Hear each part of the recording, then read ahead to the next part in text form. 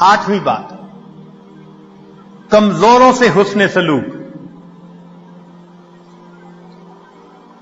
اللہ تعالیٰ ارشاد فرماتے ہیں لعلکم ترزقون بضعفائکم، کہ جو تم میں سے کمزور ہوتے ہیں نا ان کی وجہ سے تمہیں رزق ملتا ہے اور تم ان پر خرچ کرتے ہوئے پریشان ہوتے ہو۔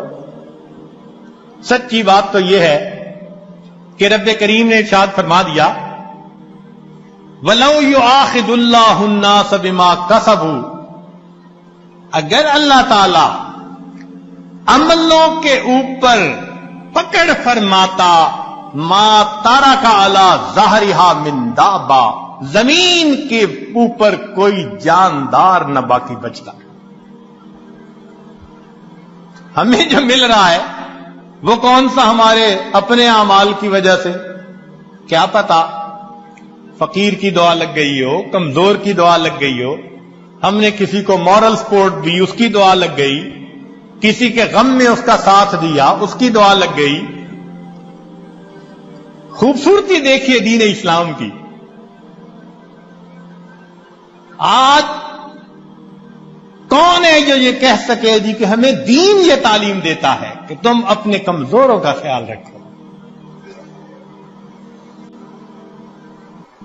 اگلا عمل،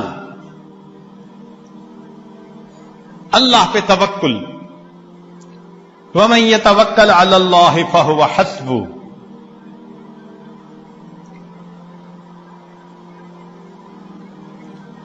جو اللہ پر توکل کرتا ہے پھر اللہ اس کے لیے کافی ہو جاتا ہے۔ اس کی تفصیل حدیث مبارکہ میں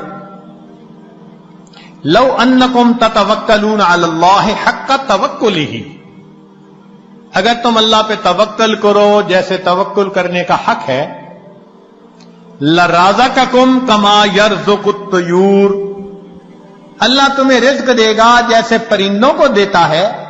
تغدو خماسا، گھر سے خالی پیٹ نکلتے ہیں، وتروح بتانا، اور واپس پیٹ بھرے ہوئے لوٹتے ہیں۔